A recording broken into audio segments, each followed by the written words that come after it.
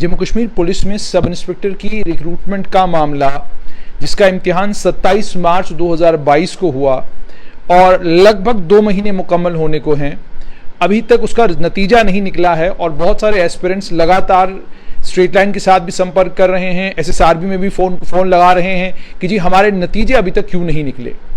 नतीजों को लेकर एक अहम इत्तला है, वो भी आप तक पहुंचाऊंगा, लेकिन सबसे पहले 2 गुजारिशात करना चाहता हूं। पहली गुजारिश तो आप तमाम लोगों से ये कि अलग अलग YouTube चैनल्स, जिन चैनलों का मकसद असल में आपको पढ़ाई कराना है, जिन चैनलों का मकसद है आपको इन इम्तिहानों के लिए तैयार करना है, मैं देख रहा हूं कि उन YouTube चैनलों के ऊपर अफवाहें, उन YouTube चैनलों के ऊपर बेबुनियाद बातें और उन YouTube चैनलों के ऊपर इस तरह का प्रोपेगेंडा किया जा रहा है जो प्रोपेगेंडा स्टूडेंट्स के लिए बहुत भयानक और बहुत खतरनाक है। हालांकि गवर्नमेंट ने ऑलरेडी इस चीज का नोटिस लिया हुआ है और गवर्नमेंट पड़ताल भी कर रही है कि कौन लोग हैं जो एक तरफ तो सरकारी मुलाजिम हैं और दूसरी तरफ YouTube चैनल चला रहे हैं, कौन लोग वो हैं जो एक तरफ तो खुद एस्पिरेंट है, खुद अलग अलग सरकारी नौकरियों के लिए अप्लाई किया हुआ है, दूसरी तरफ YouTube चैनल के ऊपर बैठकर खबरें देने का काम भी उन लोगों ने शुरू किया है। ये मैं आपको बावर कराना चाहूंगा कि हुकूमत ने ऑलरेडी क्लियर किया है और तमाम डिप्टी कमिश्नरों को ये इख्तियारात भी हैं कि जब तक आपके पास खबर चलाने की इजाजत न हो तब तक आप अपने YouTube चैनल के ऊपर खबर नहीं चला सकते हैं। ये गवर्नमेंट ऑफ इंडिया ने भी क्लैरिफाई किया है, ये जम्मू कश्मीर की सरकार ने भी क्लैरिफाई किया। अफसोस सिर्फ ये है कि जो रेगुलेटरी बॉडीज हैं या जिन्हें रेगुलेट करना चाहिए था वो रेगुलेट करने की बजाय लंबी तान कर सोए हुए हैं और उसका नतीजा यह है कि हर तरह का प्रोपेगेंडा जो है वो YouTube चैनलों के ऊपर चल रहा है। इस प्रोपेगेंडे में इतने भयानक तरह की बातें की जा रही हैं, ये तक बताया जा रहा है कि इम्तिहान जो है सारे का सारा फर्जी है, किस तरीके से फर्जीवाड़ा हो रहा है, आपके साथ बहुत बड़ी धोखेबाजी की जा रही है, आपके साथ बहुत बड़ी बेईमानी की जा रही है और ये सब चीजें YouTube के ऊपर चल रही हैं। और इन तमाम चीजों को सरकार के नोटिस में लाया गया है और सरकार ने इस चीज का संज्ञान भी लिया है। इन YouTube चैनल से सवाल जवाब भी जल्द किए जाएंगे, इनसे ये पूछा भी जाएगा कि आप किन तथ्यों के आधार पर, किस बुनियाद पर, पहले तो इनसे ये पूछा जाएगा कि आप एक YouTube चैनल चला रहे हैं, इस चैनल पर खबर चलाने की इजाजत आपको किसने दी?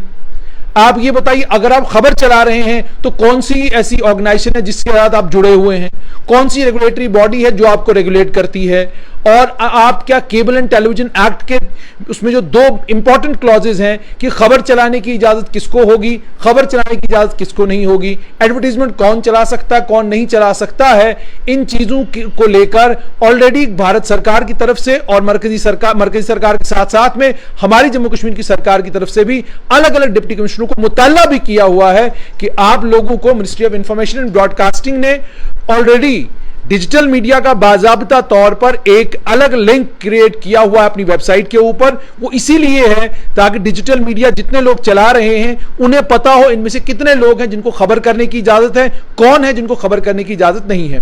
बहरहाल ये मामला था कि जो प्रोपेगेंडा और वो बिल्कुल एक एजेंडे के तहत ये सारा प्रोपेगेंडा अलग अलग चैनलों के ऊपर चला रहे हैं।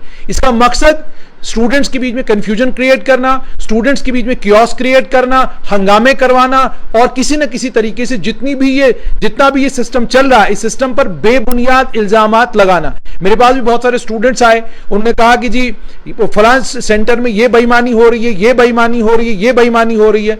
मैंने फौरन उसी वक्त state investigating agency, anti corruption bureau और उसके अलावा जो जम्मू के हमारे ADGP हैं, इन तीनों के नंबर उनको दिए। इनके अलावा कुछ ऑफिसर्स से मैंने जाती तौर पर बातचीत भी की और इन्हें कहा फौरन जाकर उनसे मिलिए और ये तमाम डिटेल्स आप उनके हवाले करिए। लेकिन अफसोस की बात कि ये बच्चे वहां नहीं पहुंचे, इन बच्चों ने वहां जाकर वो इत्तला नहीं दी। क्यों नहीं दी, ये सवाल आपने इन तमाम बच्चों से पूछना है। आप इल्जाम अगर लगा रहे हैं, अगर आपके पास तथ्य हैं, फैक्ट्स हैं, तो इन फैक्ट्स को लेकर, इन तथ्यों को लेकर, इन हकाइक को लेकर आपको ACB के पास जाना चाहिए, आपको SIA के पास जाना चाहिए, आपको पुलिस के पास जाना चाहिए, आपको क्राइम ब्रांच के पास जाना चाहिए। कहीं पर आप नहीं जाते, किसी भी जगह आप ये शिकायत दर्ज करने के लिए तैयार नहीं है। सिर्फ सोशल मीडिया के ऊपर हो हल्ला करवाना, हंगामा करना, सोशल मीडिया के ऊपर बेबुनियाद चीजें चलाना, सोशल मीडिया के ऊपर बेबुनियाद बातें चलाना, सोशल मीडिया के ऊपर एक प्रोपेगेंडा चलाना, जिस प्रोपेगेंडा का मकसद सिर्फ और सिर्फ ये है कि जितना भी ये रिक्रूटमेंट का प्रोसेस है, इस रिक्रूटमेंट के प्रोसेस को किसी तरीके से हाईजैक किया जाए। 11,000 से ज्यादा जो नौजवान अभी तक सरकारी मुलाजिम लगे हैं वो भी इसी दौर में, इसी वक्त में लगे हैं। इसलिए जितने भी लोग ये प्रोपेगेंडा कर रहे हैं, ये ख्याल रखें वो सरकार की नजर में भी आ रहे हैं, एजेंसीज की नजर में भी आ रहे हैं। और अगर इनके पास हकाइक पर मबनी कुछ भी होगा तो ये एसआईए के पास, उसके अलावा स्टेट इन्वेस्टिगेटिंग एजेंसी के साथ साथ में एसीबी के पास जा सकते हैं, क्राइम ब्रांच के पास जा सकते हैं, लेकिन ये किसी जगह पेश नहीं होते। ये सिर्फ और सिर्फ सारे का सारा ये प्रोपेगेंडा यूट्यूब पर उन चैनलों के ऊपर चला रहे हैं जहां इनका काम बच्चों को पढ़ाना है। अलग अलग यूट्यूब चैनल्स आप चला रहे हैं, वहां पर आप बच्चों को पढ़ाई करवाइए। आपको किसी ने हक नहीं दिया कि आप जो काम न्यूज़पेपरों का है, जो काम न्यूज एजेंसीज का है, जो काम वेब पोर्टल्स का है, वो काम आप करें। ये ठेकेदारी आपको किसी ने नहीं दी है। आप महदूद रहें सिर्फ और सिर्फ अपनी पढ़ाने तक। उसके आगे अगर आप बढ़ेंगे तो हुकूमत भी आपसे पूछेगी, एजेंसियां भी आपसे पूछेंगी कि आप किस बुनियाद पर खबर चला रहे हैं। और जो ये आपके एनालिसिस हैं, जिस एनालिसिस में आप बार बार ये कहते हैं फलां जगह पे धांधली हो रही है, फलां जगह पे धांधली हो रही, शवाहिद कहां है आपके पास, सबूत कहां है आपके पास? आप सबूत लेकर सामने क्यों नहीं आते? मैं ऑलरेडी बता चुका, एजेंसियों की नॉलेज में तमाम चीजें हैं, जल्द आपसे सवाल जवाब होंगे। अब बात सब इंस्पेक्टर की रिक्रूटमेंट के ऊपर। एडवर्टीजमेंट नोटिस नंबर 6/2021 जून 2021 में एडवर्टीजमेंट निकलता है। अफसोस मुझे यह है साल लगभग मुकम्मल होने को है, अभी तक ये रिक्रूटमेंट मुकम्मल नहीं हुई। जो पहली इतलात थी उसमें यह कहा गया था कि ये रिक्रूटमेंट जो है मार्च के आखिर तक मुकम्मल कर दी जाएगी और अप्रैल के महीने में कोशिश की जाएगी नतीजे निकलें, ताकि बच्चे जो हैं, जो पुलिस एकेडमी का कोर्स होता है, जो बैच उनका शुरू होता है, उस बैच में वो नए बच्चे शामिल हो सकें। लेकिन नहीं हुआ। मामला कहां फंसा वो भी आपको अच्छे से याद है कि बच्चों ने हुकूमत से गुजारिश की कि आप 28 से हमारी एज रिलैक्सेशन 33 साल तक करें। हुकूमत ने मना कर दिया। नतीजा ये निकला, हुकूमत ने 28 से 30 साल कर दिया। बच्चे कैट के पास गए, सेंट्रल एडमिनिस्ट्रेटिव ट्रिब्यूनल के पास गए। जब ट्रिब्यूनल के पास गए तो ट्रिब्यूनल ने 33 वर्ष तक के बच्चों को इजाजत दी कि वो फॉर्म भर सकते हैं और इम्तिहान में शिरकत कर सकते हैं। उनके इम्तिहान में शिरकत करने के बाद 27 मार्च को इम्तिहान हुआ। तमाम बच्चे इम्तिहान में बैठे। इम्तिहान में बैठने के बाद अब जो नतीजे निकलने हैं उसमें जराए मुझे ये बताते हैं कि एसएसआरबी की अपनी तैयारियां तो मुकम्मल हैं, लेकिन दो बड़े सवाल एसएसआरबी के सामने हैं। वो सवाल भी एसएसआरबी इसलिए कर रही है क्योंकि एसएसआरबी नहीं चाहती कि 2016 की रिक्रूटमेंट की तरह, क्योंकि हालांकि वो रिक्रूटमेंट पुलिस रिक्रूटमेंट बोर्ड ने कराई थी और वो बोर्ड का मामला अब हाईकोर्ट जाने वाला है, लेकिन दूसरी तरफ ये रिक्रूटमेंट चूंकि एसएसआरबी की पहली सब इंस्पेक्टर रिक्रूटमेंट है, 1200 बच्चों की रिक्रूटमेंट है, बहुत बड़ी तादाद है बच्चों की जो इसमें रिक्रूट होने जा रहे हैं।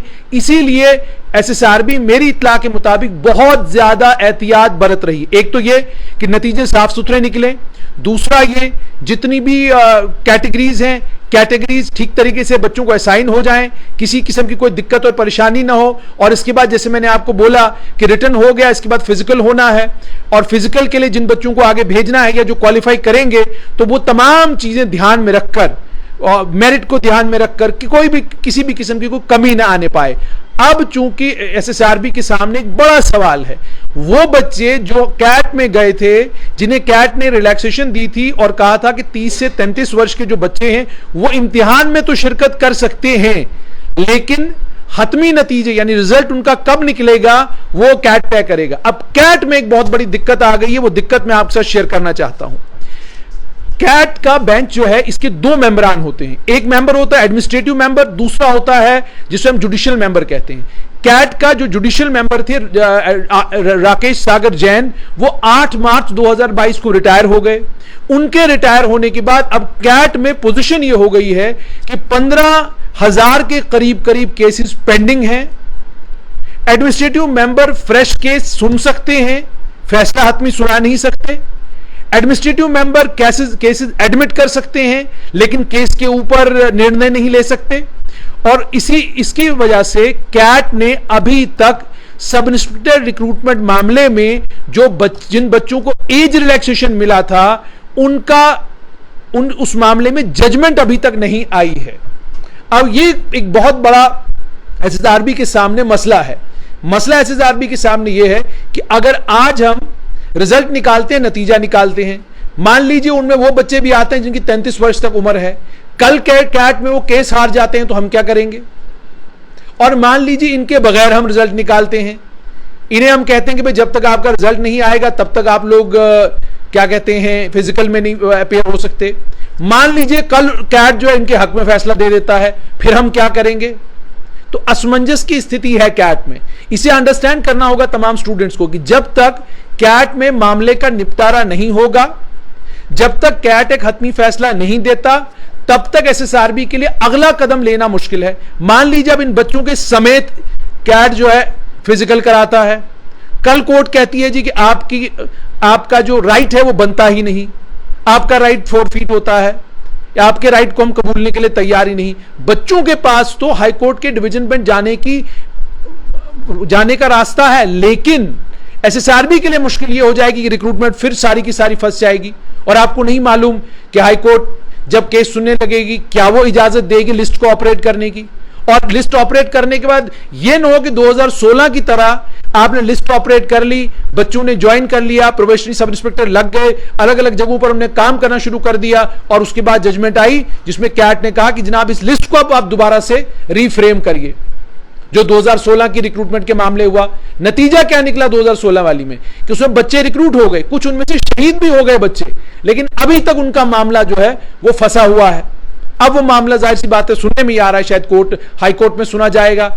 ये सूरत हाल जब है जहां पहली 2016 की रिक्रूटमेंट भी अभी कंक्लूड नहीं हुई है और वो अभी भी कोर्टों में फिर रही है और कोर्टों में विचाराधीन है, तो वहां पर दूसरी एक रिक्रूटमेंट को भी कोर्ट के हवाले करना, एसएसआरबी ने इसको लेकर ये सोचा है कि बेहतर है जब तक कैट इस मामले को सुनता नहीं, निपटारा नहीं करता, तब तक अगर हम 2 कदम आगे बढ़ाएंगे, यही बच्चे कल हमको कहेंगे कि जनाब आपने हमारा फ्यूचर जो है वो स्टेक पर लाकर खड़ा कर दिया। तो इसलिए एसएसआरबी बड़ी एहतियात मोहतात अंदाज में चल रहा है। लॉ डिपार्टमेंट से भी सुझाव लिए जा रहे हैं, उनका भी ओपिनियन लिया जा रहा है, कोशिश की जा रही है कि बड़े से बड़े वकील से पूछा जाए कि रास्ता कैसे निकल सकता है। रास्ता निकलेगा तो फौरन एसएसआरबी के जो मेरे सोर्सेज हैं वो कहते हैं कि फौरन हम नतीजा निकालने के लिए तैयार हैं, लेकिन हम नहीं चाहते कि बच्चे किसी भी किस्म के असमंजस में, किसी भी किस्म की परेशानी में या किसी भी किस्म की कियोस में फंस जाएं, जिसके नतीजे में कल बच्चे हमसे नाराज हो और बच्चे धरने प्रदर्शन और सड़कों के ऊपर आना शुरू कर दें। इसीलिए सब इंस्पेक्टर की रिक्रूटमेंट के मामले में नतीजा डिले हो रहा है और एसएसआरबी में जो हमारे सोर्सेज हैं वो ये भी कह रहे हैं कि नतीजा वक्त पर निकलेगा, बर वक्त नतीजा निकलेगा। हमें अफसोस है कि लंबा वक्त लग रहा है इसमें, लेकिन हम कुछ नहीं कर सकते क्योंकि मामला कैट के सामने है। तो ये मामला है सब इंस्पेक्टर की रिक्रूटमेंट का। उसके अलावा कई सारे बच्चों ने मुझे कहा कि जूनियर असिस्टेंट का रिजल्ट क्यों नहीं निकल रहा। उनके लिए खुशखबरी है कि नतीजे जल्द निकलेंगे। ये मैं आपको बता दूं कि नतीजे जल्द निकलेंगे, कुछ ही दिनों की बात है, महीनों की बात भी उस मामले में नहीं है। उसके अलावा उसके अलावा जेई सिविल के बच्चों ने कहा था कि हमारा नतीजा अभी तक नहीं निकला। तो जेई सिविल के लिए भी खुशखबरी ये है कि या तो इसी हफ्ते में या जून के फर्स्ट या सेकंड वीक तक आपके नतीजे निकल जाएंगे। तो एसएसआरबी को जितना ज्यादा आप अंडर प्रेशर करेंगे, जितना ज्यादा आप उनको परेशान करने की कोशिश करेंगे, उसका नतीजा ही निकलना है, कोई नतीजा नहीं निकलना। क्योंकि कैट के सामने सब इंस्पेक्टर की रिक्रूटमेंट का मामला है, मामला कैट सुनेगा, कैट उस मामले में फैसला देगा, तो उसके बाद एसएसआरबी आगे बढ़ेगा। लेकिन तब भी एसएसआरबी होम डिपार्टमेंट से, लॉ डिपार्टमेंट से, तमाम डिपार्टमेंटों के साथ संपर्क में है और इसका वाया मीडिया निकालने की कोशिश कर रहा है कि वो रास्ता निकाला जाए जिसमें बच्चों का वक्त भी जाया ना हो, नतीजा भी निकल जाए और बच्चों को नतीजा निकलने के बाद कैट के फैसला आने के बाद भी कोई परेशानी का सामना न करना पड़े। कोशिश करूंगा कि जो बाकी आपने बहुत सारे इश्यूज मुझे कहे हैं उन पर भी एसएसआरबी में क्या कुछ हो रहा है वो आप तक पहुंचाऊंगा। लेकिन मेरी गुजारिश है आपसे ये, थोड़ा सा हौसला, थोड़ी सी हिम्मत, थोड़ी सी पेशेंस रखें। कुछ देर की बात है, 1200 बच्चे जम्मू कश्मीर के सब इंस्पेक्टर लगने वाले हैं। आप लोगों से सिर्फ ये गुजारिश कि थोड़ा सा धैर्य रखें, थोड़ा सा पेशेंस रखें, जब तक कि हतमी नतीजे तैयार नहीं किए जाते और कैट ये नहीं बताता कि जो उन्होंने एज रिलैक्सेशन दिया है उस मामले में वो उसको अपहोल्ड करते हैं या नहीं।